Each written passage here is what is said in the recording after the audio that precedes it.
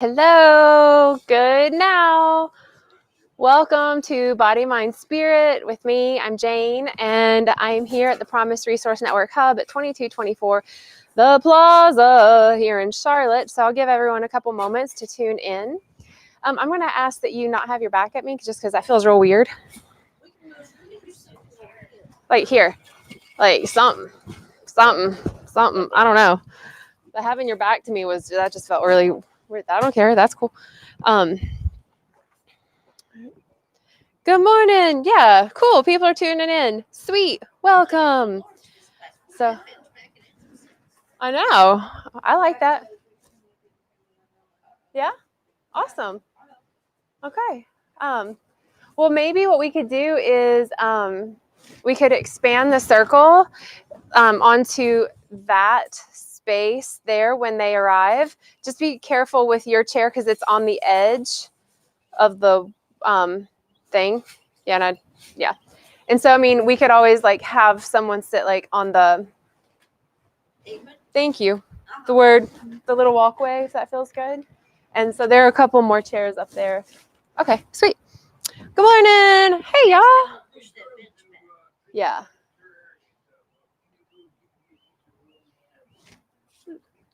I mean, as long as we're here, it's really all that matters. So yeah, welcome. Please, if you all, hey, good morning. If you all have any questions, comments, concerns, please add in and you will be with us and we are with you and all the fun things. So welcome. Awesome. It's so good to have so many people here today. So good. This is awesome, y'all. I love this. So let's just connect for a minute and just anchor in. We'll hold space for anyone else who is coming. We'll just hold that space for them and go ahead and welcome them in our hearts and our minds until they arrive or not. And until then, let's all just take a big breath in and just let it go. Do another big breath in, fill up and fill your lungs with so much oxygen and just let it go and let your body relax. Take another breath in as you start to feel the weight of your body on this earth. And as this breath releases from you, your shoulders soften, becoming real present in this now moment. Releasing any ideas of what has happened previous to this now, letting go of any concepts, notions, beliefs, ideas, stories. Letting go of anything that's not happened yet past this now. Releasing any ideas of what needs to happen, what should happen, where you need to go, where you need to be, and what time, and coming into this present moment. The only place that you should be is here, now, with you. Perfect time, perfect place. Together, we'll take another breath in. Just let it go.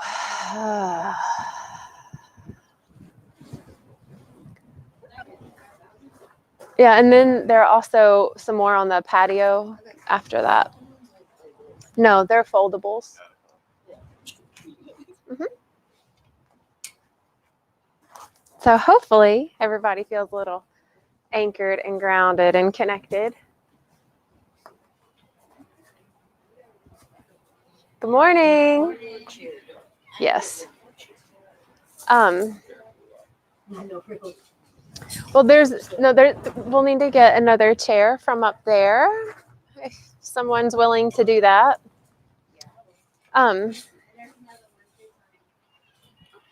Two more coming, you said?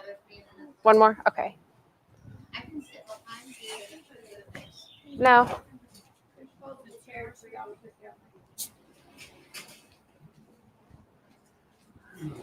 So many people, so good.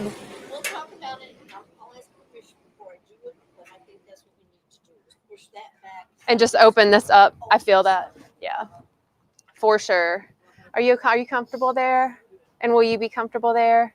Will your second person, your doppelganger, the person that we're holding space for, will they be comfortable near you as well?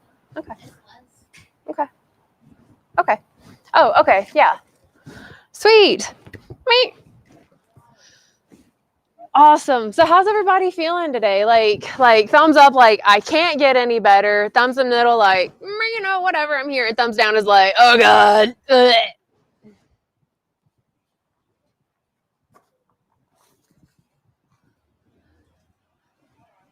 Okay, now here in this moment, recognize that you have thumbs. Like the fact that you actually have thumbs in this now. I've actually asked this question before in a group and someone didn't have thumbs. So in this moment, just thinking about the fact that you have thumbs, how does that feel? Isn't that amazing how the difference in perspective can completely change how I just felt that so big in myself because I was like here and then I was like, holy shoot, I have thumbs. Like I have thumbs. Oh my God, I have thumbs, like yay. Anyway, these are the things. I want to say good morning. I want to share what Mary is sharing, and then I'm going to kind of drop in. Today says that today is the first day to be out of quarantine from COVID. Yay! Oh, that's. I'm glad. Hopefully you all are feeling better. So I didn't. Sometimes I have a topic to bring, and sometimes I don't. And I'm curious because I feel like there's something like on the hearts and minds here that we can kind of talk about and expand. I mean, this is body, mind, spirit, and the fact that all these parts of us create the whole that I am. So often we get so in our body because, it feels heavy or my ankle hurts or, or whatever. We get so in our body or we'll get so in our thoughts and we can't shut the loop up and it's just this repeat word system. Or we just have our energy is so down, we can't do anything, we don't want to do anything. So, when we can really work these three parts of us together, the body, the mind, and the spirit, we actually are like this like one big unit of like, yes, I can do anything. Rah! And we turn into like, Godzilla or Goddess-zilla, whatever. So I'm curious, what's on your hi, thumbs up. What's going on? I have a little bit of a headache. I had my booster yesterday, and I really don't believe that there's any side effects, but I guess there really are. Oh. And so I've taken some ibuprofen and aspirin, and I'm going to sit here during this class, and if that doesn't work, I'll take my hair down, because sometimes the way with the hair and all this stuff will give me a headache, so I'll try that too. But I'm really out of sorts. Like I'm being sensitive to how I feel, so that if I don't want to go walk on, I won't walk on. I'm putting myself in kind of a space of self-care. I really didn't believe that stuff about side effects. I guess it could be a little bit, and that I need to self-care. Thanks for sharing that. Let's kind of take that. Yeah, so there's this thing about putting anything inside of our body that's not, I don't want to use the word natural because everything comes from earth. And like, so technically like arsenic is natural and so is a computer. And I don't want to put either of them in my body. So what other word would work? Just but a foreign object in the body, right? Something that my body didn't make, I put in, right? And how it can either legit keep our life, our mind, our body, our spirit, like it can keep us like high and feeling so good. I do stuff like that. Or it can, our body will fight it, right? Kind of like, has anyone ever put anything in their body that your body didn't like?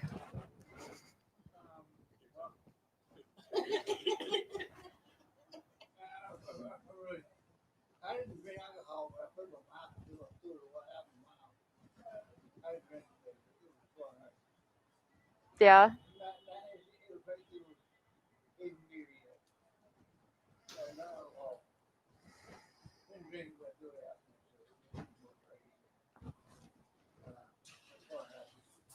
Yeah.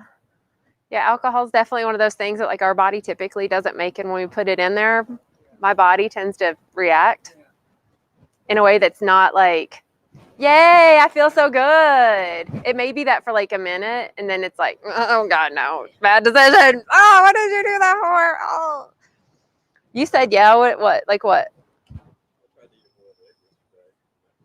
Oh, you tried to eat a boiled egg yesterday. Not so good. That's preference, or your body literally? Are you allergic? So maybe you have a sensitivity to it. Okay. Okay. Um, I'm going to share what you're sharing in a moment, Mary, because I like what you're saying. What else? Like that you put in your body that your body's like all the middle fingers. What? Clorox? Oh, drugs. I thought you said like bleach. Yeah, so I'm going to request that no one puts Clorox in their body or on it. Yeah, just no. Yeah, just that's a big no. It's a big no. Anything else that your body is just like, no, I don't like it when you put this in me. When it enters your body.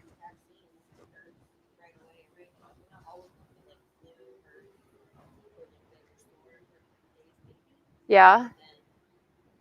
So certain vaccines. Yeah.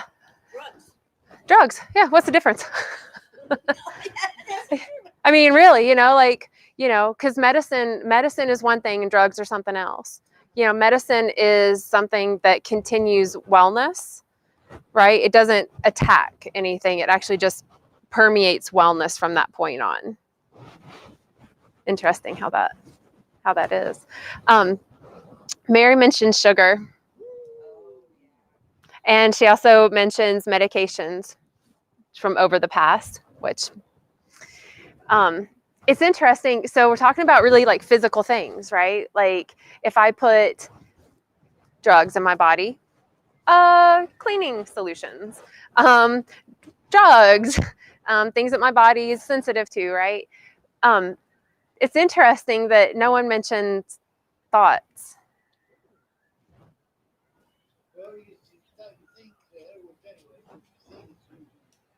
Yeah, like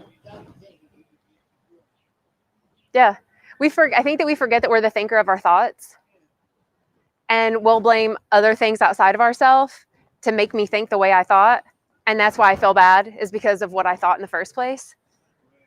And then I go into this loop of like, well, Robin said this, so now I'm mad, or this happened in the news and I don't like it, so now I'm mad, and I keep like we get in these thought loops, and that can be that can be extremely harmful to our system. Like our thoughts will, like, hands down, can take us out of a game. Like literally can take us out of a game. Oh, look at that. We got anger mentioned. Oh, right? Has anyone ever had like anger that like it just happened out of nowhere? I don't know how this got in me. Oh, just sound like I'm so angry. Oh, damn it. Now let me react and project and attack and aggress.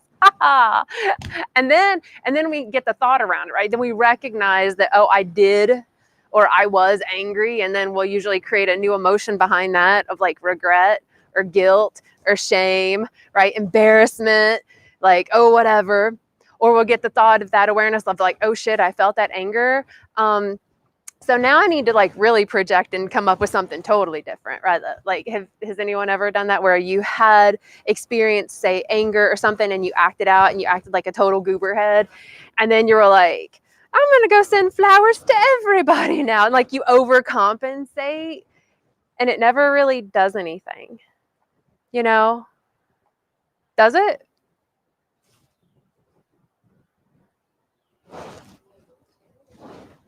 Yeah. And I think with an apology and trying to do better, that goes someplace. Yeah. It has to be sincere, right? If it doesn't go anywhere, it makes me feel good. Yeah. I noticed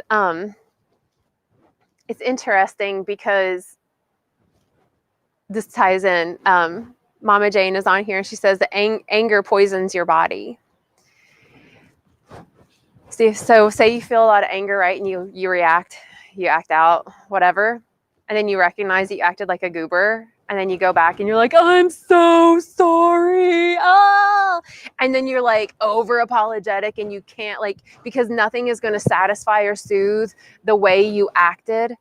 So then we turn into this like guilt machine where I'm just going to keep saying sorry. And no matter how many times you say, it's okay, I forgive you, stop, it still doesn't matter. Like I still don't feel better, you know?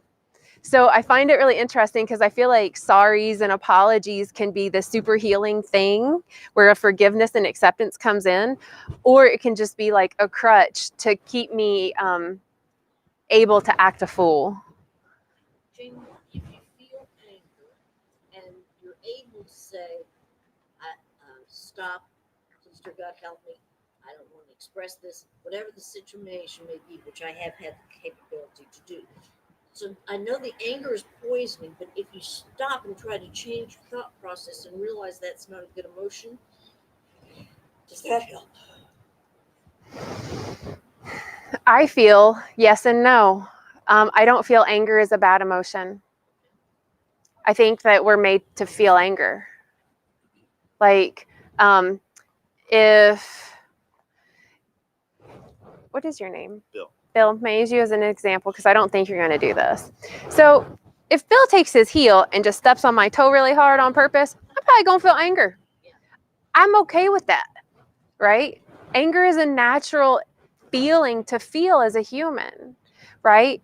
Now, what do I do with that anger, right? I could hold it in, right? I could be super apologetic, like, oh my God, I'm sorry that my foot was in your way. Which how many of us have done that, where someone hurt us and we end up apologizing because we can't handle what just happened. So we're like, I'm sorry I was in your way again. Oh, right? So I could do that, right? So I'm holding in this anger. Or I could like totally just retaliate and go get on some other shoes and like stomp, stomp, stomp, stomp, stomp. Right? And that's not necessarily a healthy expression of the anger, but the anger in general is not a bad thing. So do you just learn to let it go? I learn every day how to work with anger because it's not culturally appropriate to feel in our North American system. So if Bill stepped on my foot on purpose, I would feel anger and I would communicate, boundaries, right? Like, get to stepping, Bill. Or whatever. I don't know what I would say, but something along those lines of like back off. And I would do what I needed to do to handle that anger. So that may mean that like I cry about it or ask a friend, hey, can you support me because I'm feeling anger and hurt, So there are ways to mitigate and work with anger, getting support and putting up boundaries at the same time so that it doesn't poison our body. And so that we don't also take that poison and just like twink, fling it out at other people. But not judging ourselves, I think, is really important when we're feeling any emotion that we're taught is bad. Because we're made to feel the whole spectrum of everything. Everything. I think that's the hard part. Zelda's here. Good morning. And shares, I'm learning to say thank you instead of sorry in some situations. Thank you for being a part. Thank you for waiting for me. Thank you for understanding. I was upset. Or I'm sorry and. Patient, not part. Yeah. Thank you for being patient. But yeah, like, hey, I'm sorry and. Yeah, I'm sorry my foot was in your way. And if you do it again, I'm going to cut your toes off, or something like that. I don't really cut toes off, but it's a pretty valid like threat because people don't mess with you. Because there's this thought of like, maybe like they may actually cut a toe off. I don't, because that's a weird threat, So if you get over the top angry, Uh-huh. and then become over the top apologetic, Uh-huh. is that a sign that you haven't forgiven yourself? yourself for becoming over the top? Is it a sign of not forgiving yourself for this like over the top response to over the top response, right? I think it can be one of two things or both of two things and maybe a few other things. I think it can be you didn't forgive yourself and you're codependent. You know, because codependence is this thing hurts me, and then the forgiveness or the soothing or the I feel better now, that's my payoff, right? And then this like notion of unworthiness comes in. But I'm not worthy to feel that good. Well, let me hurt again. Oh, okay, now I'm hurting enough. Okay, cool. Oh, I don't want to hurt. Okay, I'm sorry. Okay, now I'm soothed. Soothe feels good. Okay, I'm not used to feeling good. Let me make it hurt again. You know, and we do that in codependent relationships with anything, with people, with jobs, with substances. You know, we do it with television shows. You know, we'll watch a show that like is like super scary or gets our anxiety or our heart rate up, like a crime thing or a murder thing or something that just like messes with your heart and your mind. And it feels really uncomfortable and we turn it off and we feel better. That's a codependent relationship with a television, as opposed to being in like this relationship with this body, mind, spirit and being like, oh, I feel bad. Let me be with this. Let me move through this. Let me experience it. Let me communicate through it. Let me be patient with it. Okay. Okay. Now I just made myself feel better with the time and space that I gave myself. And so now I'm becoming codependent on me with my higher self, which to me is a healthy relationship. Because then nothing's going to like, I'm not going to attach to other things to feel better after that. I feel like one of these acorns are going to bob one of us in our heads. I won't feel it. Right? Thanks. My toes are safe. Yes. Yes. Yeah. Oh.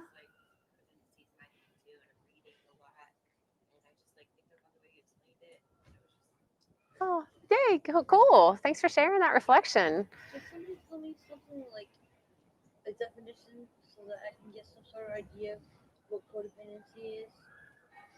Like a definition? I sort of know, but anything that would help me to understand what it is. My nutshell version would be it's an unhealthy relationship with someone or something that exhibits itself in a way of pain, punishment, and oh, but now it feels good. Pain, punishment, oh, now it feels good. Pain, punishment, now it feels good. That's kind of how I don't think that's like the Webster's dictionary, but like that's.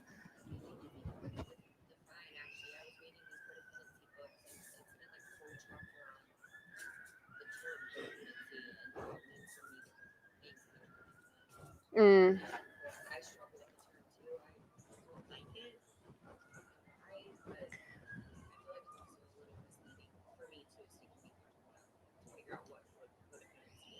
Mm-hmm. I used to get really mad when I was in codependent relationships when someone called me out. Like I got mad. People, like I had a psychologist ask me one time, like, why are you so codependent? And I was like, oh, oh no, you didn't. I'm like, and then I never went back again and like just like stayed in the really unhealthy codependent relationship until I got out. And then I was like, oh, that's what that was. You know, it's interesting. It's like when we get called out for something, right? It's like if someone says something unkind, like if you ever say something unkind and someone says, hey, that really hurt my feelings, that lands for me way more than someone being like, oh yeah, and call me a name back. Like someone call me a name back, I don't care.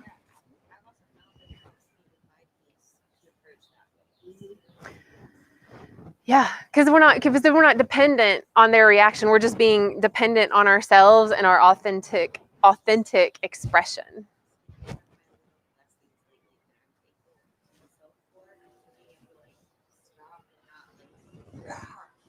Mm-hmm. Yeah. thank you for sharing that, because I just saw what I just saw was kind of going back to this anger situation. Sometimes, because we have not been taught how to be with anger, how to feel it, how to express it. We have not been taught how to like let it move through our physical form, our mental body, our spiritual plane, like our subtle body. We have not been taught jack around it. And Martin. And so when we experience, say, anger, right, it's almost like anger came into us and we're like, what do I do with this? You know, and so we just want to like get it out as fast as possible. You know, like, I don't know many people, well, I mean, I've done it. I was going to say not many people like to stew in it, but yeah, no. Does anybody ever stew in like anger? Just like let it get you going until you just like, you could just, and then all of a sudden it's like, whoa, and something happens, right? Something explodes, whether it comes out of me or I put something in me enough to numb and dull it out. As opposed to me just being with it. Yeah. It takes time because when you're angry, for me, my mind is very irrational and I'm very self-righteous. You know, I shouldn't have done that. And so, an amount of time, I think, go ahead and tell me about it. Okay, so something that I've been doing, and it's helped me out a lot when I feel something like anger, is that I don't want to keep it in. And so, say Charles makes me like super mad, right? And I don't want to hold it in because I know that's not healthy, but he's right here. And so it's like, I gotta, and I know if I say something to him, it's probably not going to be the most kind. So what I've been working on myself is getting it out by writing it down, recording it, or this one's a doozy. And this is like, if you're gutsy enough to do this, you go into like a bathroom by yourself and you look in a mirror and you talk it out. And you talk it out, you know, and you talk it out like, I'm so mad because you just did this and blah, blah, blah, blah, blah. And then the fun thing is that you wait for your response, you know, and maybe from this like compassionate place of like, so if I'm going to yell at Charles in my reflection, then I'm going to give Charles, my reflection, a chance to respond. And it may be, hey, Jane, I was doing the best I could. Like, I'm doing the best I can. I'm doing the best I can. Because wouldn't that always be the response? Yes. Every single thing that makes us mad, every single person that makes us mad, they are still doing the best they can. Period. Maybe they make you bad. Hmm? Maybe they're doing the best they can to make you bad. They might be, you know, and they might be doing it on purpose. And that's still the best they can. You know, like whether I'm an abuser or an abused, I'm still doing the best I can with the knowledge and experience that I've had. You know, like we all know that the term hurt people, right?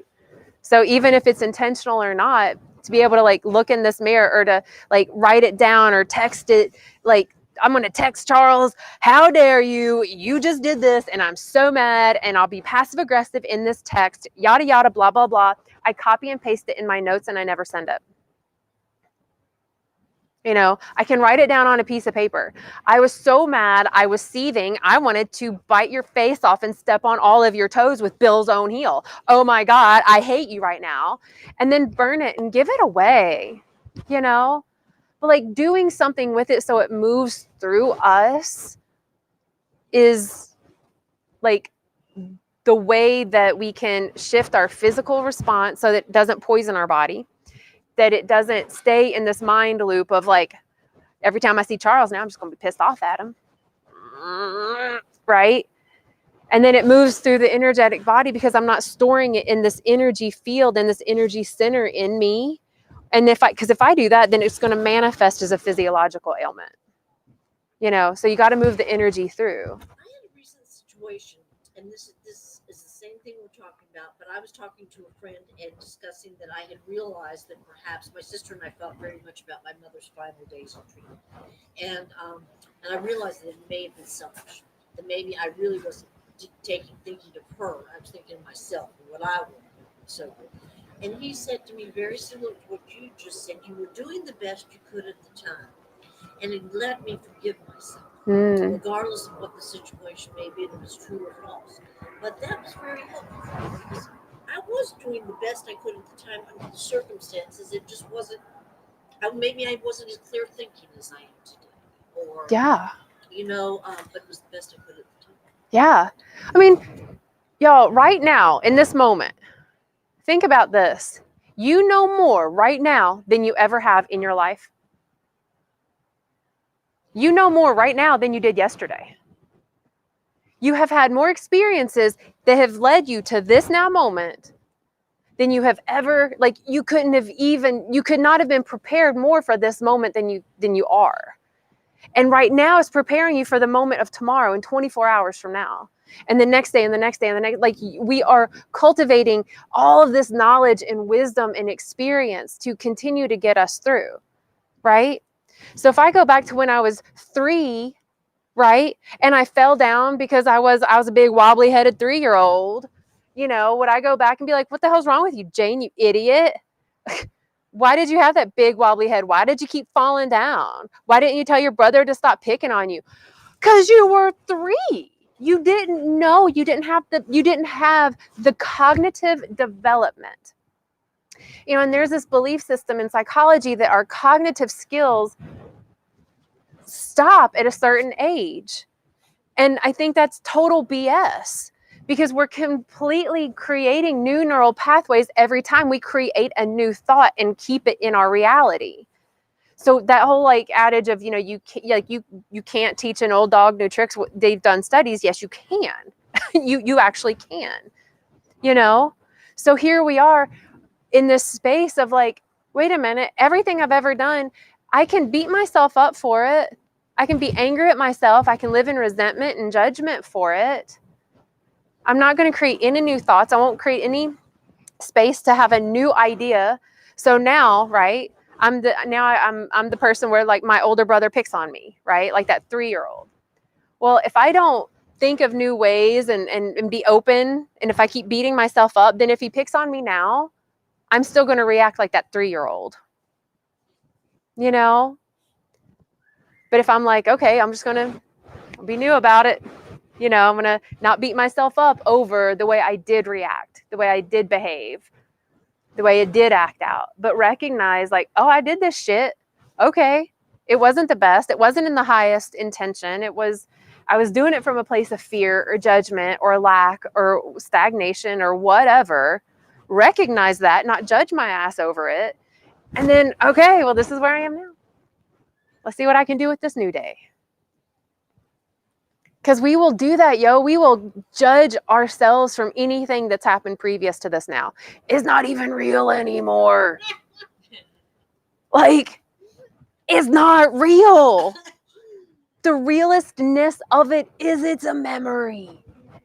And even if you were superpower, you can't even create a hologram about a past experience. It can be real inside of you, but it can't happen again in the same way with the same knowledge that you had then because you already have more knowledge now.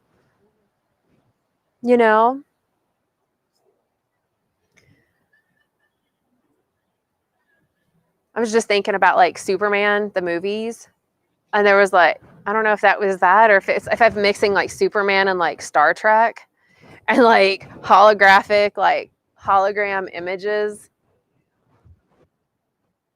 And even then it's you're light. I'm not even going to be afraid of you. It's oh, you're just a little light memory. Very soothing because I have certainly beat myself up over my past behavior for a long time. And finding a way out of that is easy.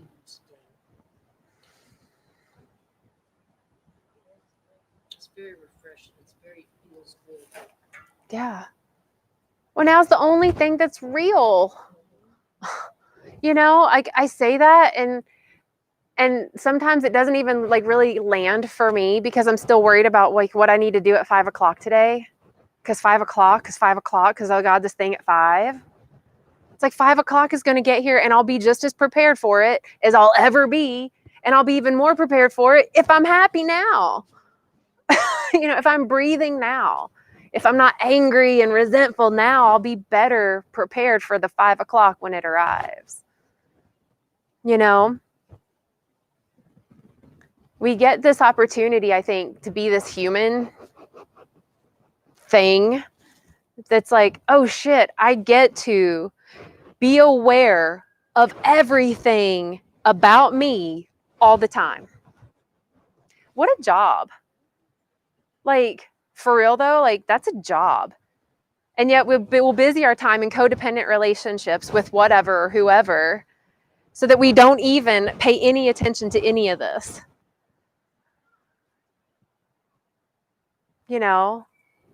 Like, what's this partner doing? Where are they going? Who are they talking to? Or we'll do it in jobs, It's like, well, who are they going to hire for this? Are they going to hire me? Am I going to get the raise? Or am I going to get the time off? Am I going to get paid for the time off? And we get so consumed with all the things outside of ourselves. So once we can control all of this enough, okay, then I'll feel okay. That is codependency to control of anything. But we can only really be, if I can focus 110% of my energy on, and this sounds like super selfish, but roll with it. But like if I can pay attention all the time to like what my thoughts are thinking, what I'm thinking around my thoughts, what I'm feeling, how I'm feeling, am I breathing? Am I taking care of my body? Am I nourishing it? Okay, am I present? Am I here? Can I tap into some peace and some joy? Can I start to cultivate some gratitude for something or another? That's the body, mind, spirit. That's all three of those parts, right? So if I can be in 100% awareness to all that, then I am awareness. Then no matter where I go, I am 110% prepared for anything that comes my way. So Bill steps on my foot, I'm going to see it coming. I'm just going to move my foot right before his heel goes down. Oh, look at that. Right? Whatever Charles did that made me mad in that scenario, it didn't even bother me. I don't know. Or it bothered me and I was like, man, that was funny. I just felt a lot of anger. Cool. Okay. The end. But that form of selfishness, that self-awareness in as much consistency as we can, creates such a unified me. I am whole. Now there's nothing for me to be dependent upon. Because my thoughts are mine. My body is mine. It's autonomous. Nobody's telling me what to do with it. I'm doing my choice with it. Cool. I'm healthy. I am well. I just got it. And that's like instead of thinking, I wonder what he's going to do. Do you think he's going to call me for lunch? That kind of thing. Yeah. I wonder where he's going right now. How much time is he going to take? I'm not in a relationship, but I can relate to what you're talking about. It suddenly went off. We get so mired down in like all this shit outside of ourselves. So I'm curious, what is one of the bigger things that are outside of you that you focus on? Your past? What else? Like from that like nurture caregiver, like, are you okay? Are you warm? Do you have a chair? Okay. Uh-huh.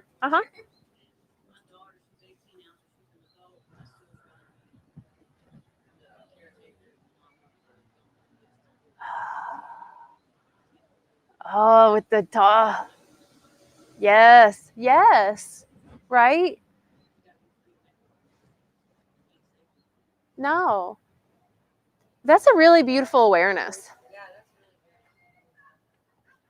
Like I get to work with children as well, and I work with them in an agile learning situation. So we actually don't control them and we don't tell them what to do, and we let them make their own choices unless it's like, you're really high up in that tree and I know that you're allowed to, but I'm not comfortable with that. You need to get down for me, or whatever. Good morning. But letting other people live and be free. And for me to not view them as potentially making mistakes. right? I don't want them to hurt. I don't want them to be upset or have a negative experience. Because I don't know about y'all, but like most of my like negative experiences and most of my pains and like wounds and traumas have actually created real steady land for me to walk on now. Because I know, because I've experienced this, or I've picked my ass up from that, or because I've experienced this, I can help you with that because I actually know what you're going through, recognizing that like people are just going to live, and it's not necessarily from a place of, if we can create thoughts that aren't around someone making a mistake, and trusting like they're going to be fine. I don't really think of anything outside of myself. I like to think about my kids because I love them so much. What do they do? Your kitties? My little I thought you said kidneys for a second. kids. And I was like, oh, I love that you love your kidneys. Like, that is amazing. Like, can we just, it's like thumbs and kidneys. I do, though. I have recently gotten pissed off at somebody, and as a return, the person pisses me off the same way every time. And that's when I think outside of myself. That's when I think about what am I going to say? Should I do this? Should I do that? Should I do that? What should I do? And usually I end up doing nothing, which is the right thing to do. But I have to get from point A to point B, and it could take me a day and a half or so. Yeah. I'm constantly thinking that person, but that thought comes back into my mind. Have you tried to write down the thoughts? That way maybe try that. Just get them out.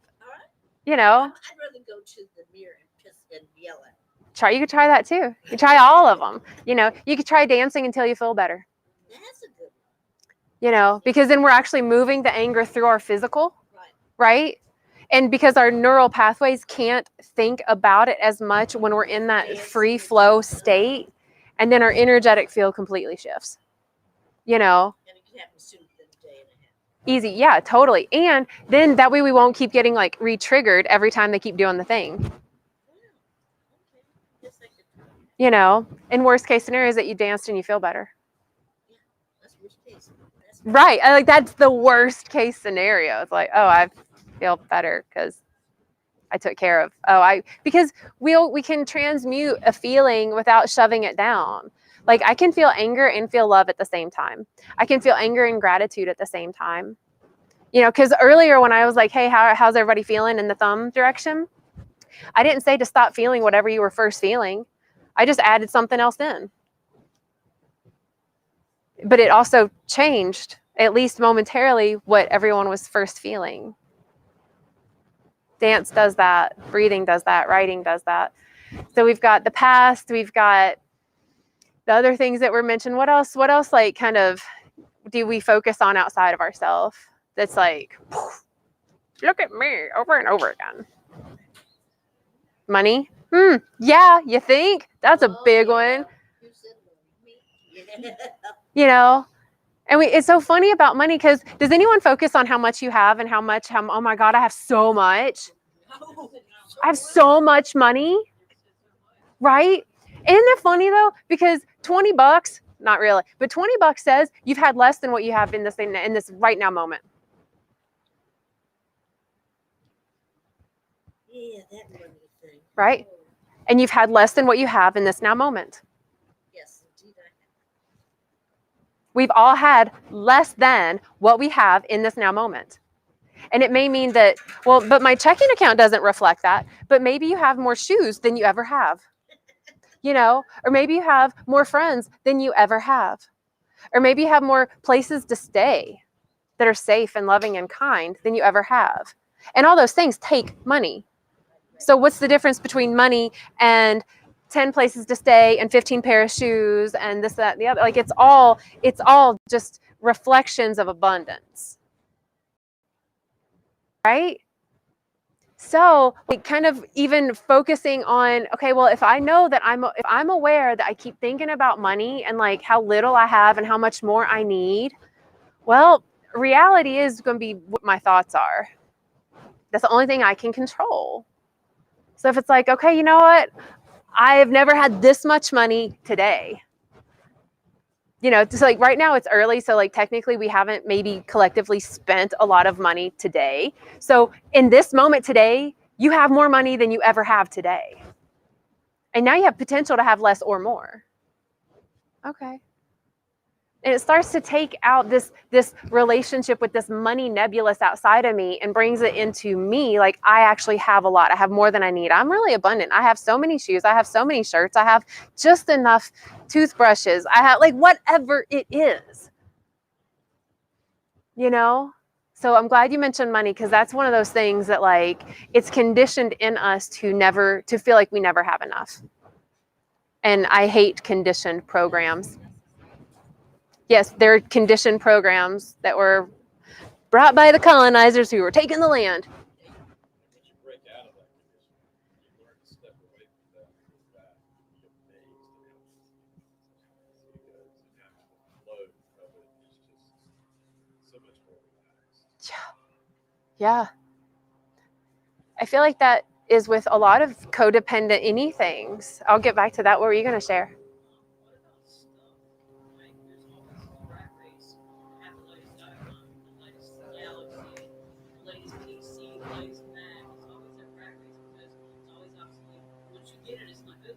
Right? So, and I know that I'm always keeping my phones too. I need a new phone. Outside of yourself, that's not really not good. Yeah. Because if you got a computer, man, you got a computer. That's something. Right. We have computers that go in our pockets. What? And we don't have to wait for the dial up. What? I mean, like, we have so much technology. Not only that, but we have, if my computer in my pocket dies, I can be like, hey, neighbor, can I borrow your computer in your pocket real quick so I can look up something? Yes. I mean, like, we have so much access. So I think recognizing that, like, okay, have the awareness of, like, I am always looking for the next best thing, right? Okay, well, that's a big awareness. Well, then what's wrong with what I have now? Can I accept and be in gratitude for all that I have now and be open to the next best thing coming to me at the timeline that's perfect for me? And until then, I have more than enough.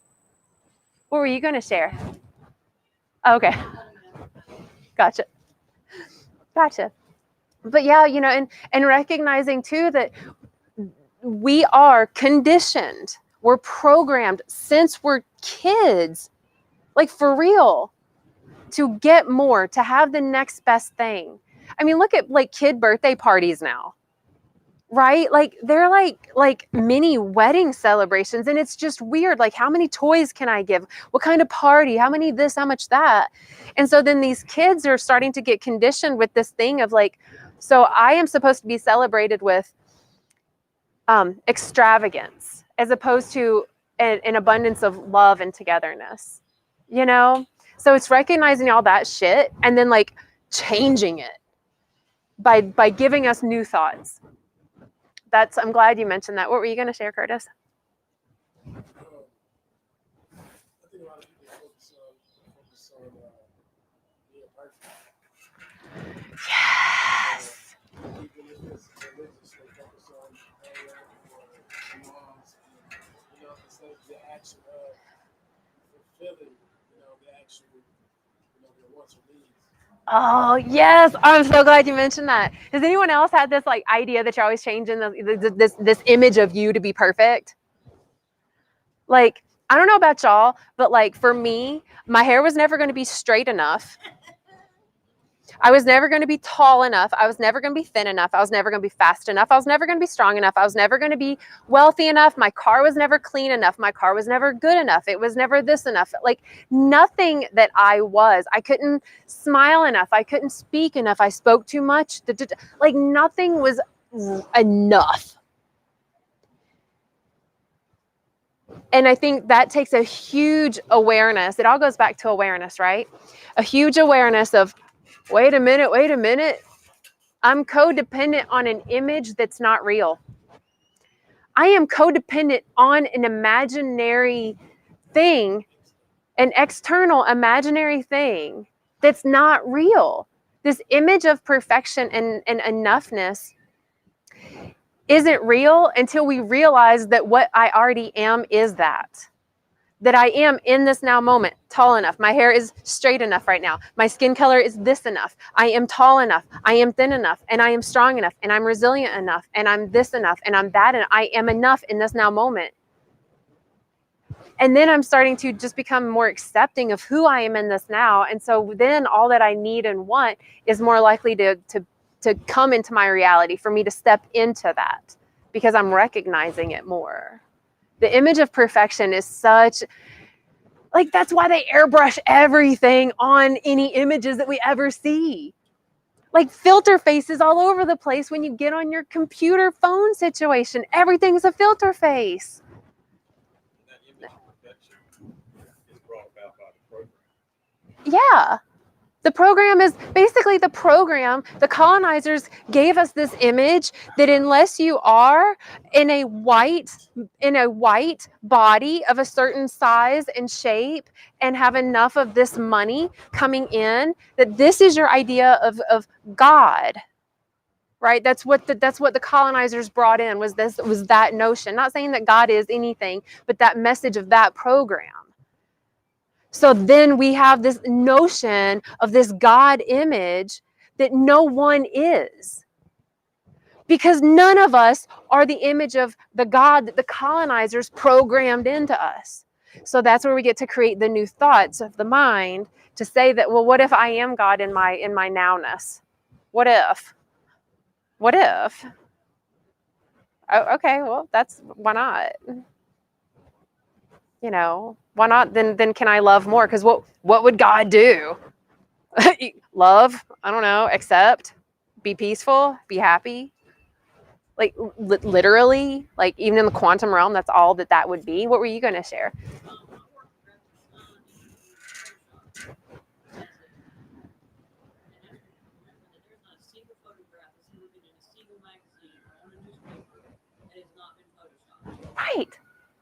I mean, everything. It doesn't matter if it's perfect when somebody does. They're still going to make it bigger. They're still going to make it slimmer.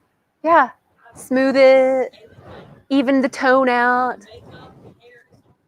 Everything is.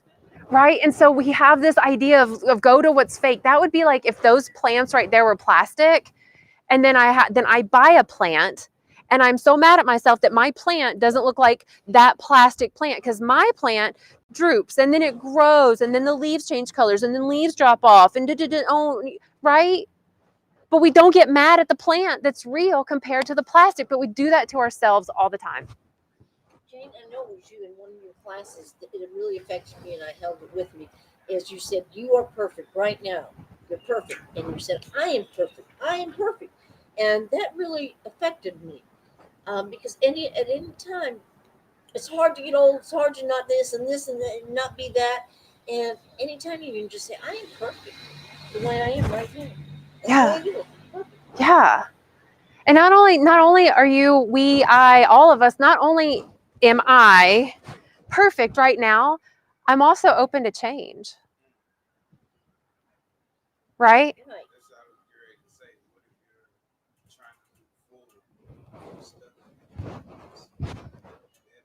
Right. To me, that's accepting that nothing is ever the same. That like we are this life force of energy. Energy is literally moving through us with every breath, literally with every breath we're taking. Like cells are changing. So why would I want to be this plasticized version of a reality that is not ever changing? Then I become stagnant and then I die. Right? So embracing this perfection of this now moment. And this now moment. And now this one. When you realize that perfection is a false goal, and just live by I'm going to do the best I can. Right. Every day. The best I can changes from day to day, moment to moment, second to second. But when you do away with the notion of perfection, then it becomes a lie. Right? Like do away with the notion of perfection or redefine it. You know? Yeah. It's like I hear so many people that are like, nothing is perfect and then everything is perfect. I'm like, you're both right. everything is. It's either perfect or not perfect, depending on your own perspective of it. So why not just be like, you know what? Fuck it. I am perfect in this now moment, and I'm open to change. I'm open to expansion. I'm open to feel more peace, more joy, more abundance. I'm open to it. And for me to get what I'm open to, I'm going to be the best me that I can be, because why not? All right, well, what does that mean? Oh, that means I got to love me, be aware of my thoughts, breathe. Yep. And we're going to forget these things. And then we'll remember that, oh, I'm not perfect. No, that is my perfection, right? So it's this cycle, this loop. That to me is a way more fun loop-de-loop to be in than the loopy mind thoughts of I'm never going to have enough, or I'm never going to look like that. Or let me be concerned about, what are they doing over there? Why don't they play with me? Screw that. I'm going to play my own game, you know? I want to share what Mary says. She says, accept my own imperfections instead of keep striving on being a perfectionist while here on earth. And she says, I do have an idea for people who seem to have everything, is for the gift donation idea. Instead of saying, please no gifts, it would be like, in lieu of presents, please donate this to other causes of your choice. Thank you for sharing that one. Yes.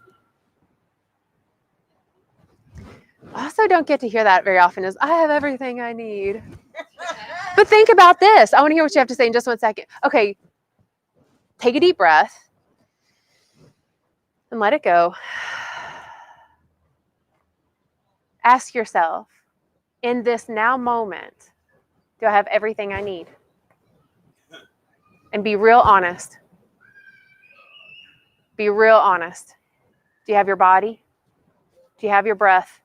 Do you have another human being near you? Do you have access to a bathroom in this now moment? I have warm clothes. We have clothes. We have shoes. We have liquids. We have snacks. Now, I'm not saying that we don't want for more. I'm not saying that we don't want for more. That's our natural human nature, is to always want a little bit more. I mean, we're hedonistic. We want to expand, right? And in this now moment, we have everything we need. We have the earth beneath us. We're surrounded by fresh air. We're free to make up our minds and choose with body sovereignty and autonomy. There are places in this world where that's not a reality, where people are being forced to do things to their body so they can keep a job. Keep your job with a jab, right? You know, like, so really we're in this position of truly having everything that we need. Does that feel like, does anyone feel a way just kind of sitting in that? Yes. I actually said in a meeting the other day discussing my current situation, my happiness, and I did say, I have everything I need. Mm-hmm. And I do. Mm-hmm. Sometimes I don't have rent money. That's a problem. Mm-hmm. But it always turns up now, doesn't it? It does every time. It does. Right? Right? He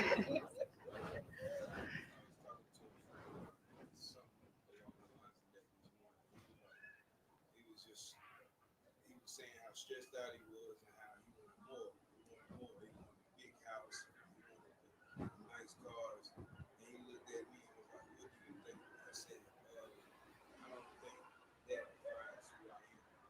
Mm. Really, I've never seen somebody get that's negative.